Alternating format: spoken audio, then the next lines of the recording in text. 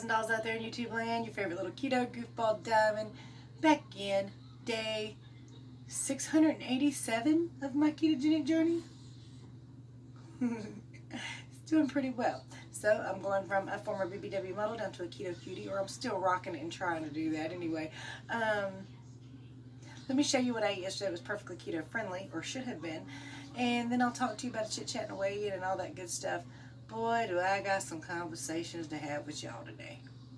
Don't forget, if you love my videos, please hit the thumbs up button. If you're new here, subscribe, ring the bell. You're going to want to hear all my keto knowledge that I tend to gain every single day.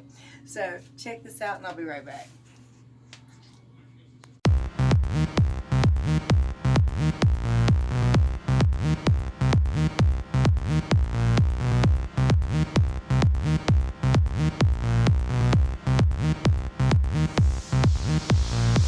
So it's 2:30 p.m. I am breaking my fast just now, and I actually broke it with a little bit of cheese that I sprinkled in my mouth before I put it on the eggs, but that's okay. So I've got 3 pieces of ham that I'm going to roll my egg and cheese into. It was cooked in butter and salted and peppered with pink Himalayan and black pepper. So I've got 135 grams of beef, 2 servings of sour cream, 2 servings of cheddar cheese, and 2 servings of pork rinds for dinner. It is 8:47. Calories for all that were 1,510, 6 grams of carbohydrates, 122 grams of fat, and 99 grams of protein. Pretty decent. Watching Lily Nichols is low carb safe during pregnancy. And one of her dietitian books is kind of interesting. It says the lower limit of dietary carbohydrates compatible with life apparently is 0, provided that adequate amounts of protein and fat are consumed. So there, right there, is your there's no such thing as an essential carbohydrate, and that is in the dietitian's handbook pretty much, the thing they go by. Yet they will recommend 175 grams a day for everybody, which is nonsense. Well, you saw all that, right? And it should have been a perfect keto day for me. I'm going to show you my weigh-in, which I forgot what it was, but I know that I didn't like it. Let me show that to you now. I also only got just a little under 6 hours of sleep, I think, so check this out.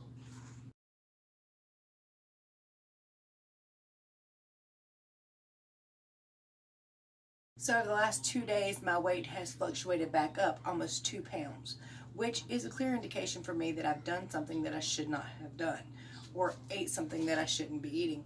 The problem is, what is it? So I'm going to show you my 3 possible culprits, and I'm going to add one more to it.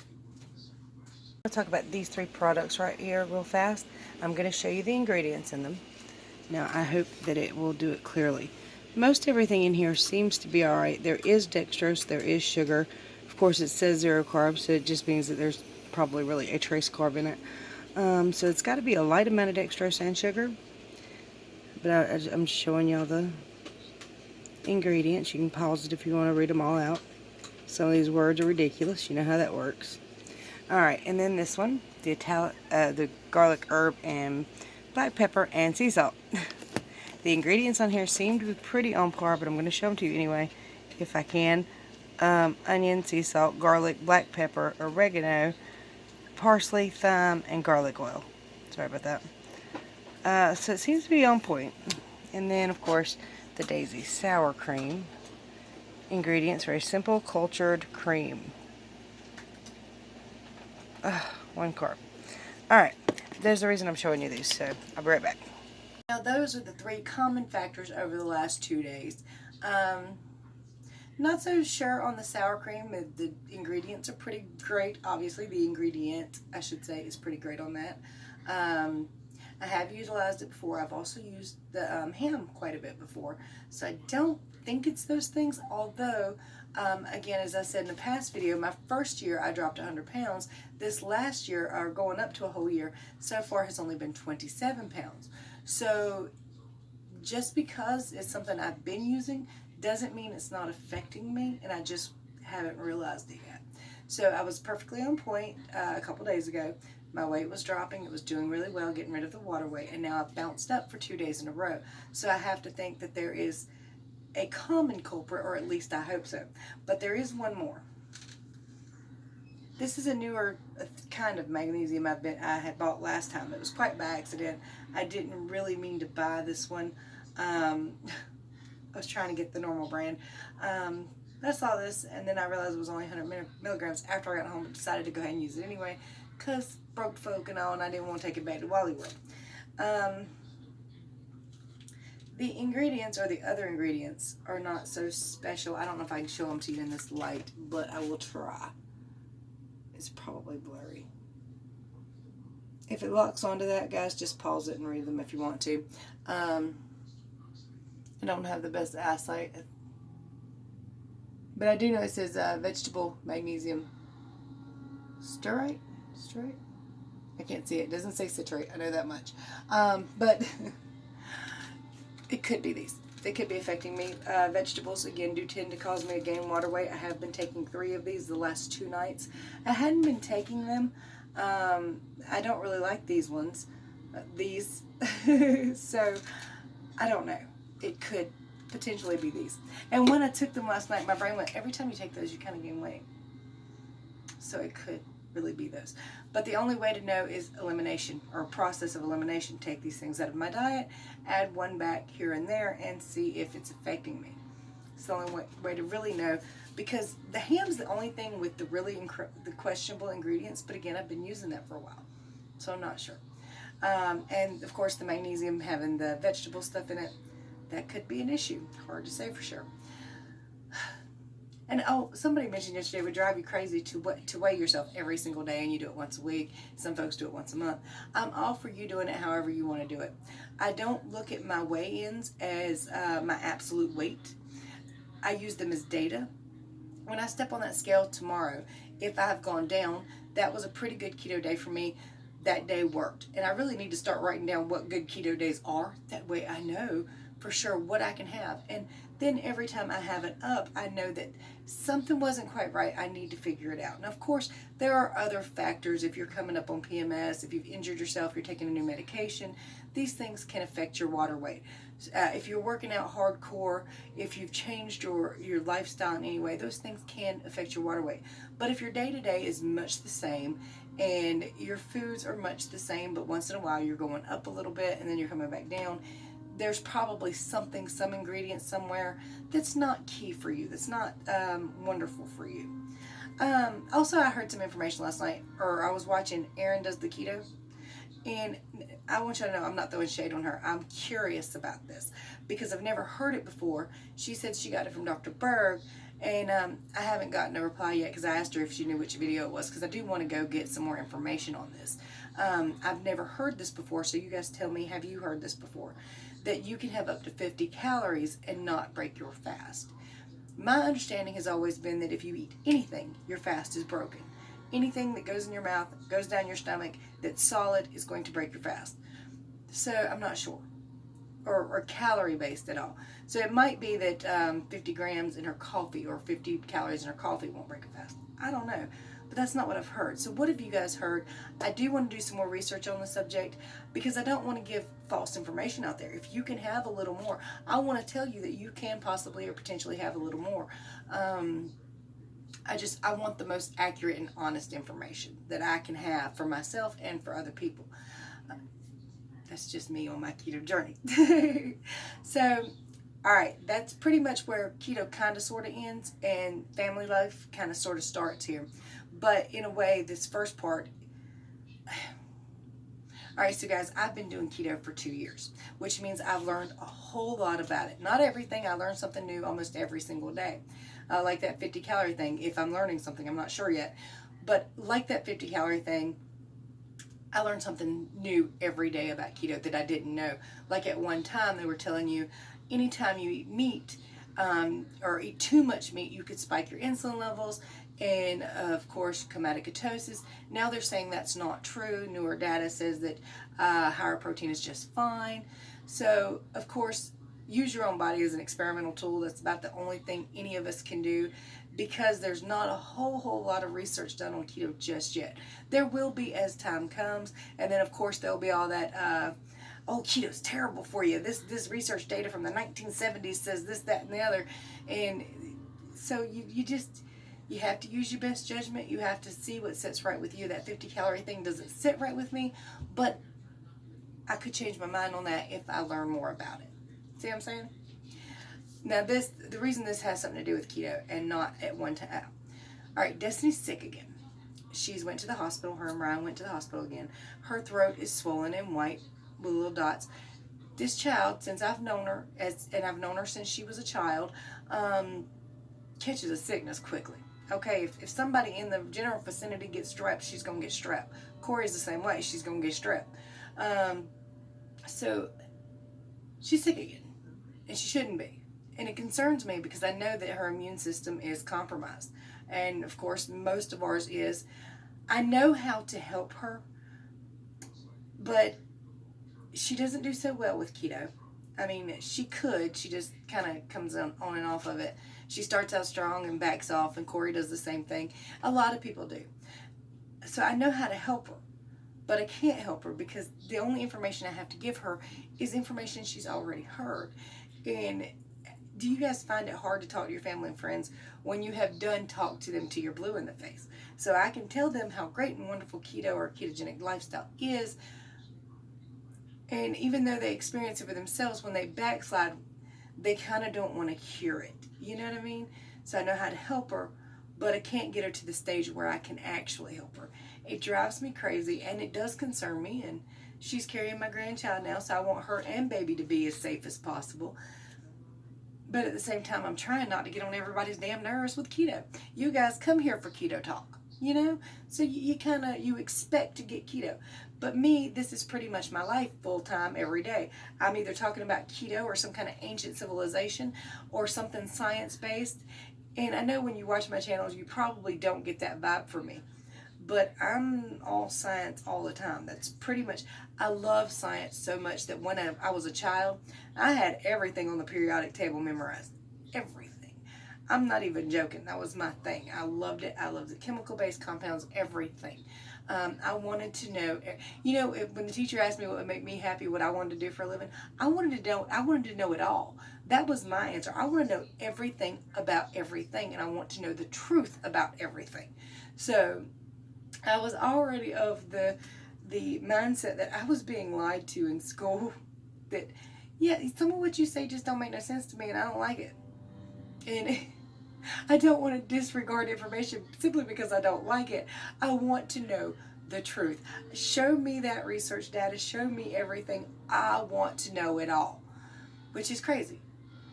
And it's really crazy because I never put in this information to good use until recently when I started doing the whole keto thing and helping other people. And I love that. I do. I love being able to help other people. So, okay. Do y'all have trouble telling your friends and family about it, even though you have told them about it 100 million times, and you want to keep telling them about it because you know it can help them, but at the same time, you know they really don't want to hear it probably. So, yeah. Oh my God, last night Corey was eating these zebra cakes that Erin had given her. And I looked at her funny and I said, I wish you wouldn't eat those. And I shouldn't have said that because you don't really want to say that kind of thing to your family and friends. It's really none of your business what they eat. But this is my baby. This is my daughter. I want her to live forever. And she looks at me and says, Erin likes me fat. I said, well, does he like you alive?